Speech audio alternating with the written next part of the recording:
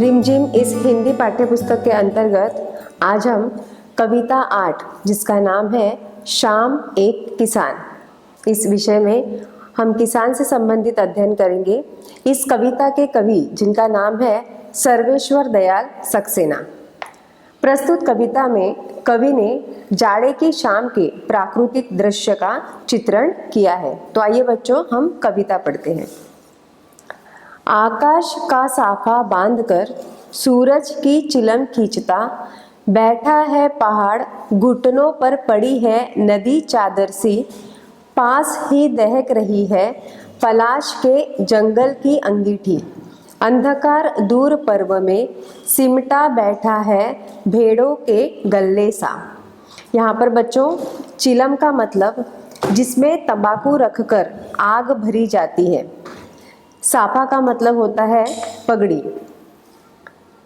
दहकना इसका मतलब होता है सुलगना या जलना।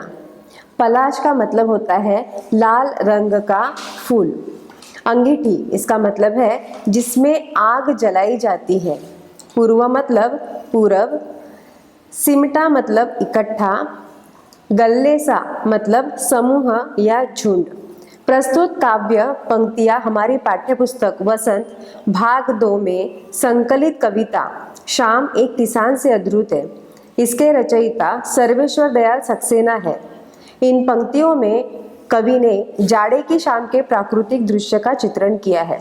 कवि यह कहना चाहता है, पहाड़ किसी किसान के रूप में घुटने मोड़े हुए निश्चित ही बैठा है और सामने रखे डूबते सूरज को सुलगती हुई चिलम की तरह पी रहा है।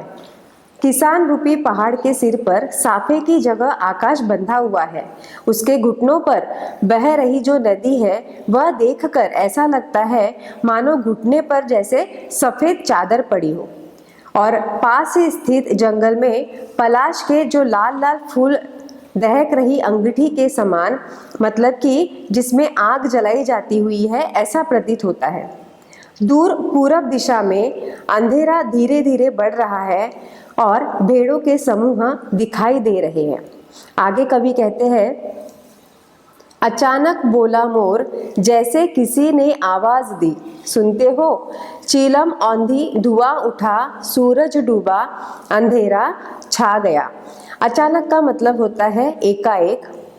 औंधी का मतलब होता है उलट गई, और डूबा इसका मतलब होता है अस्त होना।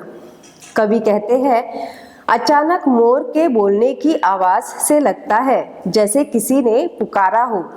क्या पुकारा हो? सुनते हो, मतलब दूर से ही किसी ने आवाज दी हो, सुनते हो।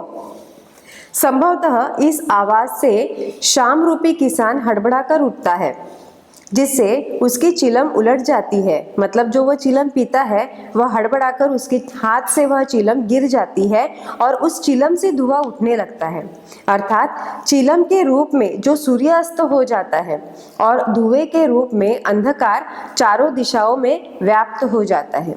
इस प्रकार सूर्यास्त के साथ ही शाम रात में बदल जाती है। तो इस प्रकार जो सर्वेश्वर दयाल सक्सेना है, उन्होंने इस कविता के माध्यम से हमें प्राकृतिक दृश्य का वर्णन इसमें बताया है। इसी तरीके से यहाँ पर हमारी कविता समाप्त होती है। धन्यवाद।